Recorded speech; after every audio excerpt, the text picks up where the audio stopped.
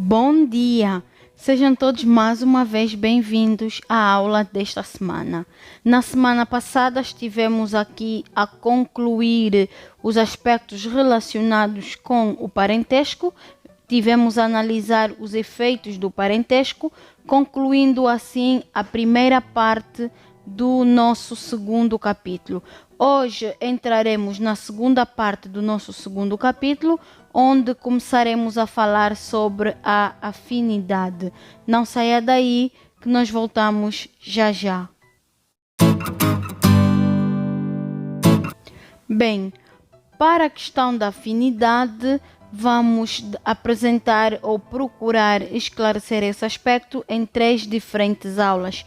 Na primeira aula, que será a de hoje, apresentaremos os conceitos de afinidade e veremos as regras das linhas e graus de afinidade.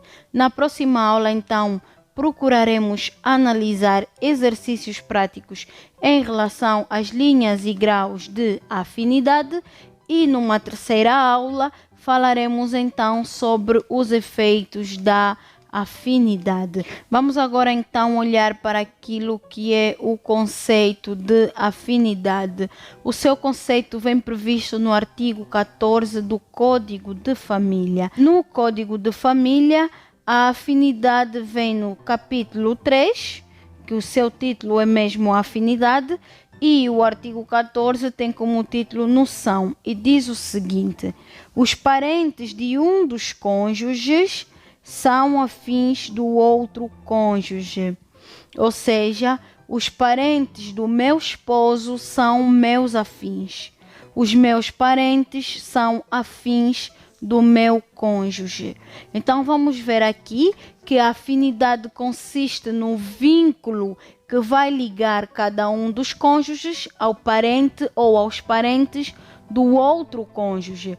É o vínculo que deriva da aliança entre marido e mulher, do casamento, da união de facto reconhecida, iniciando-se neste caso, como já disse, pelo casamento e produzindo apenas os seus efeitos a partir da sua celebração, não tendo qualquer efeito retroativo, ou seja, os familiares da sua namorada, da sua noiva, não são seus afins. O vínculo de afinidade passa a produzir efeitos a partir do momento em que se celebra o casamento ou em que se reconhece a união de facto. Trata-se aqui de um vínculo pessoal que vai ligar uma pessoa a todos os parentes do seu cônjuge.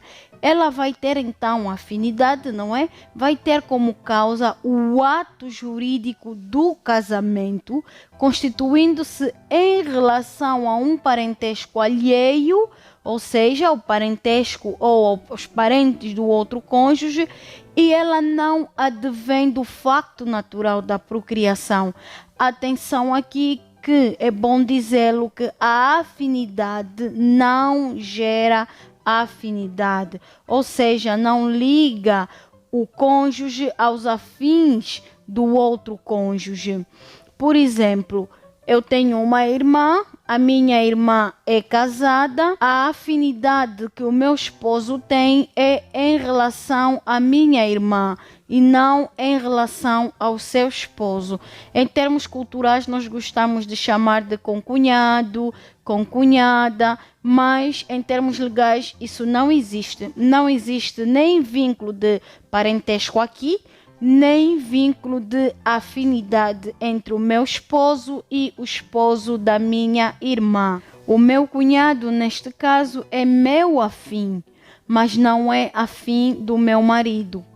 O marido da minha irmã, que eu estou a referir, não é? É meu afim, mas não é afim do meu marido. Ou seja, a afinidade não gera afinidade. A afinidade, vou repetir, é o vínculo exclusivo ou pessoal que vai ligar um cônjuge aos parentes do outro cônjuge, ou seja, a relação que vai existir entre eu, Nereida, e a família do meu marido é de afinidade. A relação que vai existir ou que existe entre o meu marido e a minha família é uma relação de afinidade. Minha família no sentido dos meus irmãos, os meus pais, os meus tios, os meus sobrinhos, os meus primos, serão todos eles afins do meu esposo e não o meu cunhado ou a minha cunhada, por exemplo. Estes serão somente meus afins. E vice-versa. Eu serei apenas afim das minhas cunhadas, dos meus sogros, dos sobrinhos do meu marido e não serei afim dos vínculos que surgem entre eles. Ou seja, o marido da minha cunhada não é meu afim.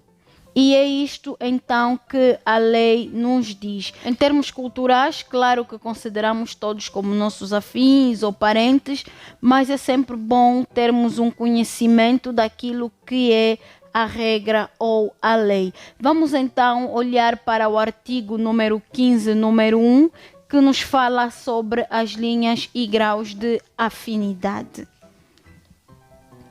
Artigo 15 do Código de Família diz o seguinte: elementos da afinidade. Número 1. A afinidade determina-se pelas mesmas linhas e graus que definem o parentesco por laços de sangue. Lembrem-se todas as linhas e graus que tivemos aqui a analisar nas aulas anteriores sobre os vínculos ou o vínculo de parentesco. A regra é a mesma quando tivermos a falar de afinidade. Também na afinidade aplica-se a regra da linha reta, sogros, genros ou noras, padrastos e enteados.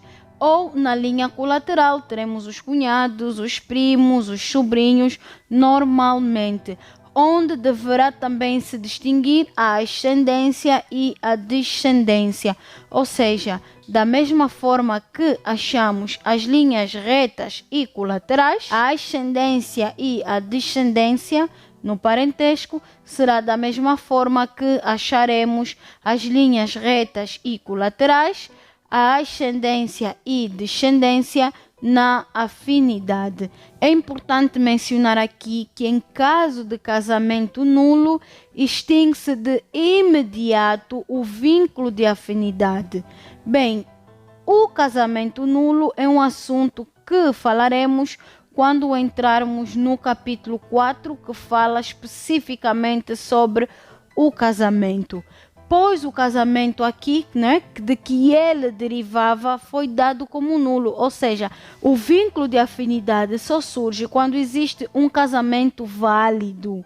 Se este casamento é declarado nulo ou inexistente, automaticamente o vínculo de afinidade deixa de existir. Da mesma forma, aquela união de facto que não chegou a ser reconhecida não é causa de constituição do vínculo de afinidade. Ou seja, o João vive com a Antônia há mais de 10 anos, há 5 anos, há 1 ano, há 3 meses, não reconheceu esta união de facto. Claro que a Antônia vai chamar os pais do João de sogra e sogro, não é? Poderá dizer, digamos, em termos culturais, que são seus afins, mas em termos legais, não. Enquanto esta união, de facto, não for reconhecida, a relação de afinidade aqui não existe. Se esta relação for considerada nula, estes efeitos deixarão de existir. Se o casamento for considerado nulo, a afinidade também deixará de existir. Bem, a união de facto tem efeitos retroativos uma vez que seja reconhecida. Vamos dar uma vista de olhos ao artigo 24 do Decreto 36/15 de 30 de janeiro, que fala então sobre a união de facto. O artigo 24 tem como título retroatividade. E diz o seguinte no número 1. Os efeitos do registro da união de facto retroagem ao momento do seu início. Número 2. Ficam salvaguardados os direitos de terceiro que sejam compatíveis com os direitos e deveres de natureza pessoal dos unidos de facto e seus descendentes. Ou seja, enquanto não reconhecermos a união de facto, ela não produzirá efeitos legais.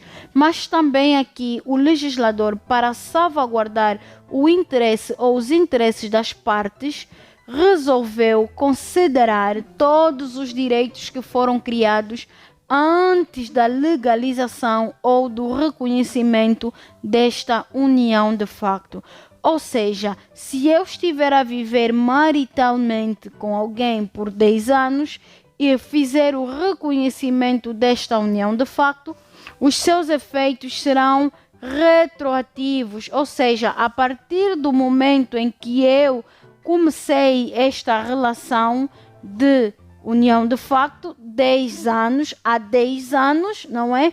Estes efeitos vão retroceder durante este período de tempo, validando assim ou tornando válido todos os laços, todos os direitos que foram criados neste período de 10 anos. Bem, hoje ficamos por aqui, procuramos esclarecer apenas o conceito de afinidade e aquilo que são as suas regras básicas no que tange às linhas e graus de afinidade. Vimos aqui que a afinidade produz efeitos a partir da data da celebração do casamento e não tem efeitos retroativos, mas tivemos também aqui a analisar que, em relação à união de facto, uma vez reconhecida a mesma, a afinidade tem efeitos retroativos. Ou seja, no casamento não existem efeitos retroativos, mas na união de facto reconhecida